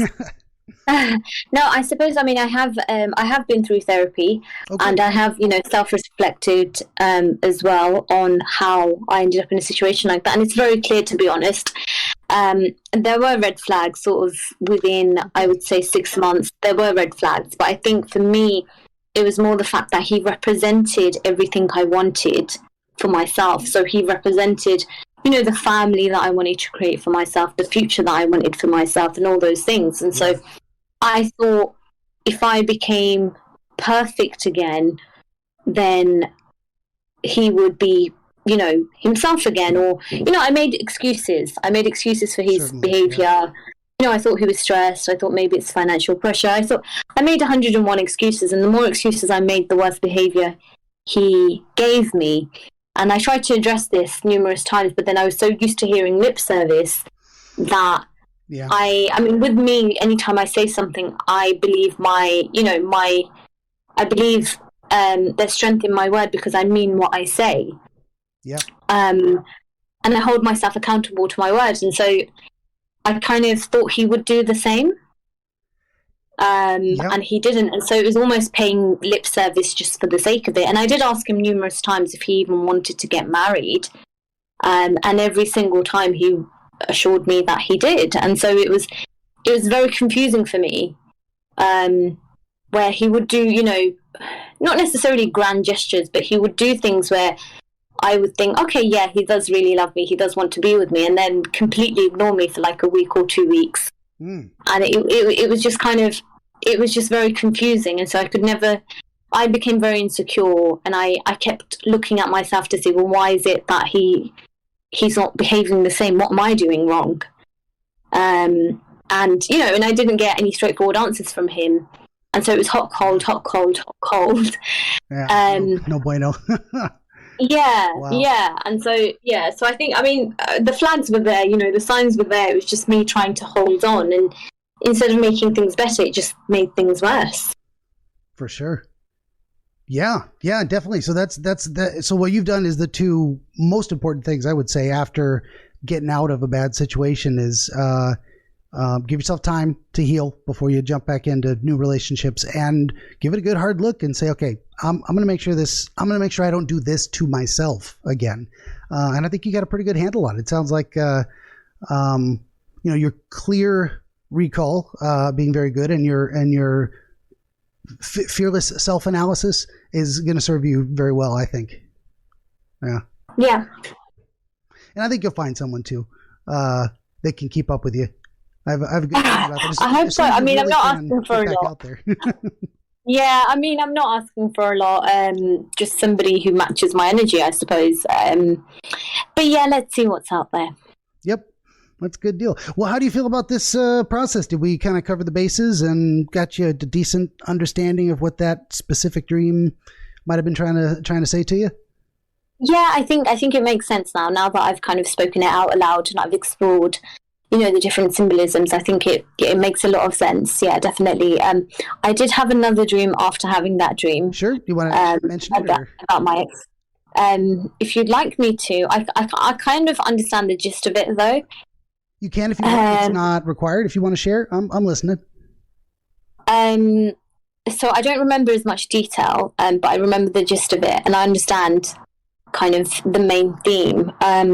So again, it was in two parts. The first part was, so once again, my ex-husband, I was on my phone, and I was on either TikTok or Instagram or Snap, you know, one of the social media platforms. I can't remember which one. Mm-hmm. And I came across a video of him, and he was sharing a meal with someone, with a woman. And she seemed very delicate and very kind of, you know, fragile and delicate and reserved and shy and, you know, very kind of like a delicate kind of person. Mm-hmm. And he seemed to be quite tender towards her. So that's what I remember of the interaction. And then I remember feeling very kind of like jealous and upset the fact that he's moved on, or he's, you know, moving on. Sure. Or that he's showing this girl the side of himself that he withheld from you. Like, what the fuck is that? So it was the side of him that I experienced in the beginning. The kind of tenderness and, you know, gentleness. And then the video ended, and then I can't remember how or why, but he contacted me to ask me to meet him for a coffee. And I said, yes, I would. And then as I was waiting in the cafe, the cafe had kind of like a book area. So I was looking through the books, and he walked into the cafe with another female. And it wasn't the same female from the beginning. It was a different female. Oh, now he's getting around, huh? Yeah. And, you know, and this female, again, seemed to be his fiance, or, you know, someone he was in a very deep relationship with. But she looked very different from the first one, and she didn't look, I would say she looked very trashy. So I don't know how to describe trashy, but she just looked very... Whatever that means to you, yeah. not the kind of girl that your parents would approve of, Fair enough. kind of, that kind of, different from the first girl. The first girl seemed a lot more... Very different. The first girl seemed very much... Yeah, so the kind of girl that you would bring home to your parents. Yes. Yeah, and, the kind of girl that would bake that would make a pie and, that kind of girl. Mm-hmm. The second girl just looked very wild, very much, drugs and rock and roll and, like a whole different kind of woman. Fair enough, yeah. And I remember just, watching them interact, and she's very, like, harsh and short towards him, like very sharp towards him, and he was trying to be very like soft towards her, but she was just very sharp, very kind of aggressive in a way in her body language and her tone. Then she left the cafe, and he left the cafe as well, and then I was just watching him, and then after he left the cafe, he walked down the road, and then he walked back. So I didn't see where he walked towards, but then he walked back, and I was watching him from the window of the cafe, and he held the hand of a little boy. And he was just walking with the little boy, and I didn't see what the little boy looked like. In my dream, I gathered that must have been his son. But my ex looked very kind of upset and sad and, a bit sort of like frustrated in the second part of the dream. And, and that was all I remember. So it's not, that one, yeah. I don't remember as much detail. Sorry? Oh, say that was the fullness of that one in what you yeah. Well, and you said you had some thoughts of your own initially. You said you kind of feel like you figured it out. What conclusion did you come to? Yeah, so the first conclusion I came to, the first girl is kind of, I guess, when you're, when you're trying to play up to an image of being a particular kind of guy and having a particular kind of family and lifestyle, the first girl kind of represents that. Okay. So, for example, the trophy wife and the kind of... So, it was like as if she was the trophy wife, but more from a kind of trophy wife that South Asian parents would approve of. Okay. To be more specific. The second girl kind of represented more so... So, I had seen sort of text messages and messages he's sent to people, and she looked like that kind of girl. So the second girl kind of represented, in my opinion, his desires. He wanted, that's the kind of girl that he would have fun with, but then he would bring home the quiet, reserved, to have his cake and eat it. Pie kind of girl. Yeah. Gotcha. Did you ever get, in retrospect, looking back on it, did you ever ask yourself whether, if you had been more aggressive towards him, less accommodating, less giving, less what can I do to please you, a little more, listen, motherfucker, snap your shit together because I'm getting pissed at you. I mean, if you do you wonder if you'd been more aggressive, if he might have responded to that differently? Or I think there were times where I was quite sharp and very aggressive in my body language and my words. And quite stern because I was quite frustrated a lot of the time. I didn't do it in the beginning. Mm-hmm. For a good while, I didn't do it. I think towards the end I did. I was sort of kind of fighting back in my own way. And I think, it was never it didn't soften him. He was worse. It didn't change anything. Yeah, it didn't really change anything. In fact, it would make things worse. So Fair enough. Didn't really help. Okay. And I don't know where I fit into that because I didn't look like, I'm definitely not the second girl in any way, shape or form. Gotcha. Yeah. I'm also not necessarily the first girl either. Mm-hmm. They're definitely kind of iconic extremes in a way. Nothing like Yeah, for sure. I wondered, the first thing that came to my mind was, are you experimenting. Well, what if I had been more like these other girls? That not that that's the only possibility, but like, what if I'd presented myself more this way? Would that have made a difference? Or what if I'd done this? That's why I asked that question. So it sounds like you did try. You tried it both ways, and it just fell apart. Yeah, I think the first girl was more something that his parents would pick for him. Gotcha. So in our culture, although it doesn't really happen as much, nowhere near as much, but parents still introduce, their kids to other people's, to families that they want to make relations with. Sure. So that's that introduction. So it's not arranged marriage. It's not a blind, it's more of an introduction. Sure. But because it's done via sort of family, you've then got to think of your family honor and respect, and you really treat that person with a lot of respect because it's your family's honor at stake. Whereas when it's somebody that you've just met online or off the street, well, yeah, their family doesn't mean anything. Don't know anybody. You could treat them poorly, and what does it matter? Yeah. Yeah. Gotcha. Yeah, for sure.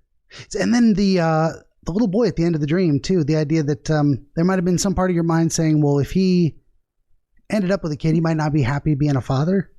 Like that responsibility. Something he seemed to be not thrilled about the situation. He's walking hand in hand with this kid. I don't know, because he loves children, and he very much wants to be a father. Okay. I think now that I'm speaking out loud, I think for me, I was quite nurturing towards him because I saw him as sometimes, like a child, not in a bad way, not that he behaved like one, but I felt like he was quite vulnerable, and I felt like I needed to protect him. Fair enough. Yeah. So I don't know if that was himself as the child, the vulnerable kind of at the same time. Yeah. Yeah. Kind of. Sometimes we do that. There's a dual image by seeing two things next to each other, but it's really one and the same. So you saw the child in the man, so to speak. Yeah. So I don't know if it was that, but no, he very much, wants to have children and, wants to be a father, and yeah, he very much wants to be, the ideal kind of family man with the wife and the house and the kids and the. And do you think mostly for show though, like to look at how respectable I am, or is there something about him you think that embodying that role is something he wants to be? Or I think with children, I think he very much, from what I understand, I would like to say that's something he very much wants. Okay. But with regards to a spouse figure, I don't, now that I've been in a relationship with him, I don't think he wants that. I think that's more for show and display. Fair enough. Yeah. Or you may not know how. There's also complicated dynamics of like, part of who you are is from growing up in your parents' house, and so is the same for him. No, it's his temperament too, and you're very different than your parents, but sometimes maybe his role model for what a relationship looks like is that you wine and dine and then you settle in, and it's like, well, now you just cook and clean and I do my thing and we leave each other alone. That's a relationship. Maybe part of that was his expectation, and I don't know. I think potentially, but then it's sort of like he's then just reflecting upon my relationship. That's not what I wanted from a relationship. For sure. And so, I didn't want to be forgotten about, and he was I wanted or upfront about it, saying, okay, now things are different. We've been married, and marriage. That's a crazy thing too. Is that a lot of people, they date one way and they have expectations of marriage, and once you're in a marriage, now things change. And it's like they do, but you're supposed to be showing them who you are while you're dating. And this is what it's going to be like. This is courting. This is what it's going to be like to be married to me. Yeah. This is the level of attention. This is my conversation. These are my hopes and dreams. It's not like, now we're married, everything changes out the window. That should not happen.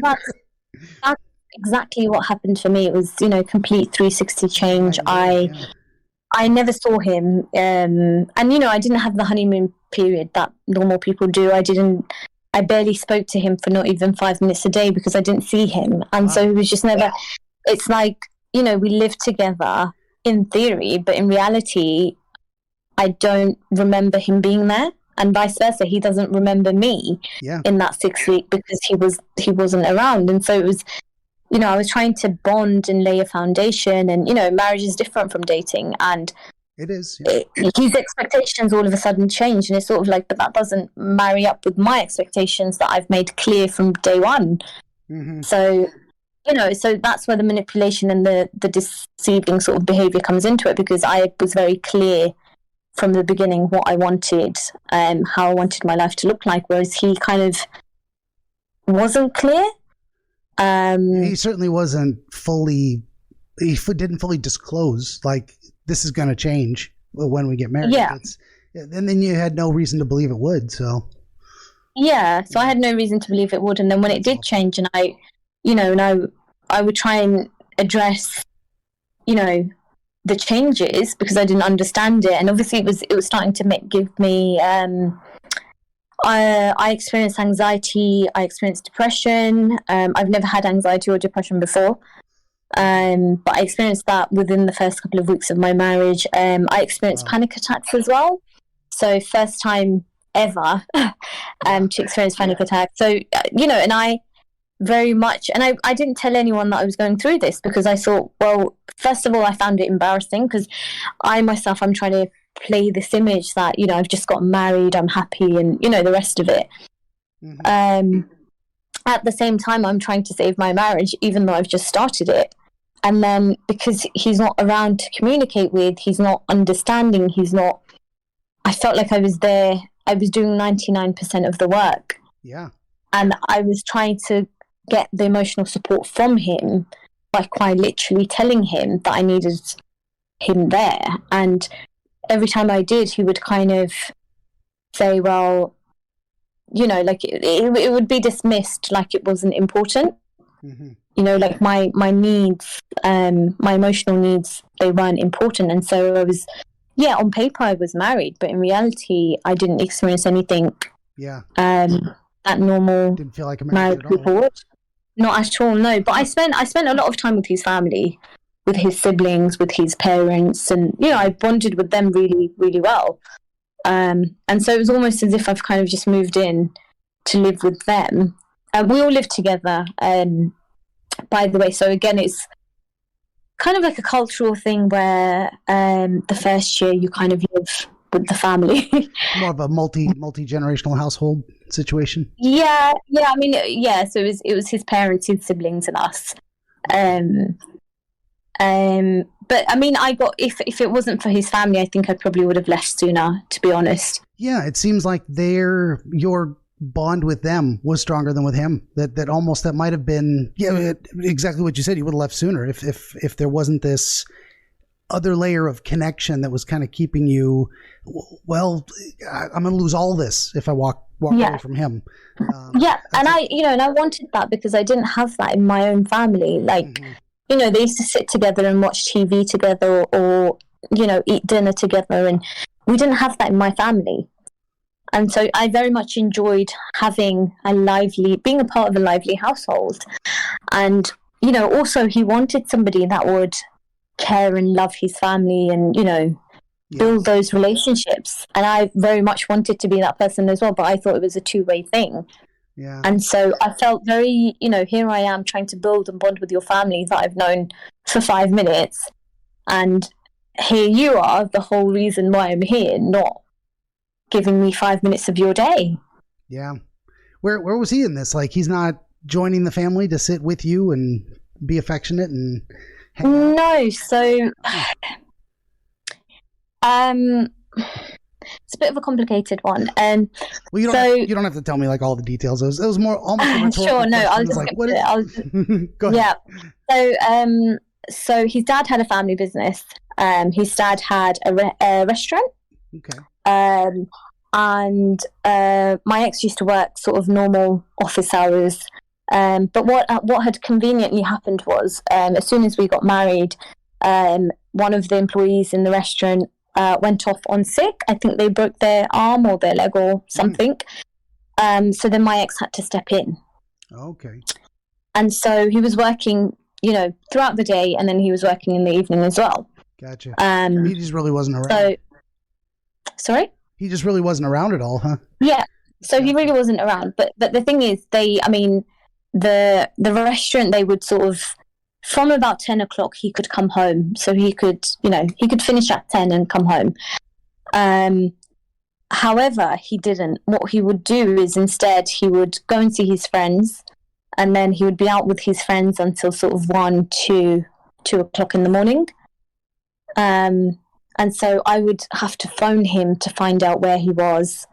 And he just wouldn't be around. Yeah, like he wouldn't, he'd either not pick up my phone or, say he needs his space, or, when I asked about my time. Communicative about what he was doing?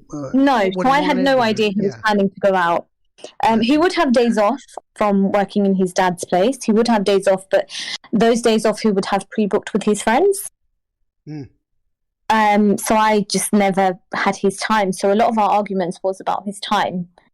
Like I felt like the only places I was sort of going was sort of either my house to see my family or his house because I now live there, or work. So beyond those three places, I hadn't really been anywhere. Yeah. In that 6 weeks. And, I couldn't go and see my friends because I felt embarrassed. What if they ask about my marriage? Yeah, you'll have to tell them it's not so good. Yeah. Yeah. That's rough. And, and I couldn't, there wasn't anywhere else I could go really. Without having, if I went to see anybody that I knew, they would ask about my marriage, and so I didn't want to see anyone that I knew. And then he just wasn't around really, so a lot of my time was spent waiting for him. Wow, yeah, it's terrible. No, this is. You found out all kinds of very useful things about how you do not want a relationship to be. Sometimes that's the upside of like a terrible experience. Is like, wow, I can count on all my fingers and toes the number of ways that was horrible, and I'm never going to forget any of them. But that brought me around to one thing is I know we've gotten into a lot of detail on this because you had the dream and because it's relevant to the dream. How much time would you say you spend thinking about this lately? How present is it in your mind, this situation? Is it like, you think about it once in a while, or is it on a loop? How would you? I don't think I've ever stopped thinking about it. I think I've never had closure. Fair enough. Yeah. So it's kind of hot. Like I try and find answers within myself. Yeah. And then I can't find answers, so I give up. So I've never really found closure. I think I was doing fine for a while. Yeah. Until I saw the sister's husband on the dating app. Back, yeah.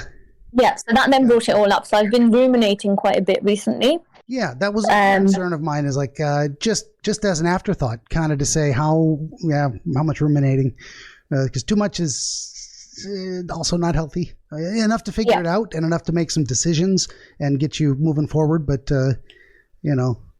So have you said you did some therapy for a while? Have you thought about going back to just kind of process this recent development and see if you can get yourself moving forward again? Yes, I have. I have actually thought about it. So I will be starting therapy soon. Yeah. Yeah. 1 or 2 sessions, get it off your chest. You already talked to me, so you're halfway there. No, but honestly, and just from a perspective of a friendly, sympathetic ear, someone who's going to give you honest feedback, and I've got nothing to gain from the outcome either way. You're better off or you're not. No skin off my teeth, but I genuinely wish you well. So I'll try and give you useful observations. And that honestly, so as much as that was facetious, we are kind of halfway there of just get it off your chest, get your arms wrapped around it, and then figure out what to do about it with an actual therapist, not me. Well, because I can't do that on the internet without a license. And figure out how to kind of put the ruminations behind you, because a lot of the ruminations are you hit the nail on the head. The decisions, understanding it as completely as you can in a satisfactory way, and making a determination to do something that moves you forward. Those are some of the two of the biggest parts of the puzzle that allow you to put something behind you. So I think you're on a great path to get there. It's just, this has been a hell of a thing, and it's taking a chunk it really has been. Yeah, it really has been. And I'm not,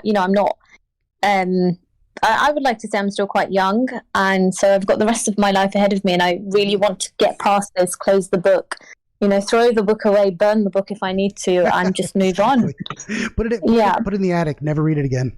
Something like that. Gotcha. Okay. Well, you feel pretty good about this experience in general, just talking about dreams and whatnot? Yeah, I think you've helped me connect the dots in a way that I wouldn't have if I just thought about it myself. So I think it's been good talking it out and sharing the ideas. And I can see where the themes are. And it's a lot clearer as to why I've had those dreams. Very good. Hopefully that, and definitely you can talk about this experience with your therapist too and say, hey, I talked to this dream guy on the internet. We had a good chat and here's what we talked about and here's what we thought it might mean. I don't know if this therapist does any dream work stuff or... no, I don't think so. Okay, but it's relevant to your experience and they might have some additional insights. They might give you a different opinion. All I can do is say, hey, what if? And you go either yes or no. So, but I feel like I've kept you for like 2 hours now. And then we had a little break in the middle. So, I mean, I've enjoyed talking. It doesn't matter. I did a 3.5 hour episode recently because he just wanted to keep talking. So I'll do that. But I don't want to keep you forever. If you feel satisfied, like we've come to a pretty good understanding, then I'll probably, we'll wrap it up. Yeah, that's completely fine. Yeah, definitely. Thank you so much for your time. Yeah, for sure. And then hang out a couple of minutes after I kill the recording just to like debrief real quick. Do that off the air. Sure. So I'll just say to everybody watching, hey, that's another episode of Dreamscapes. Always fascinating to see what goes on in people's minds and how it makes sense to their experience. So, hey, if you like what I do, please like, share, subscribe, buy a coffee mug, buy a book. I got some books. And we'll see you next time. Thanks for listening.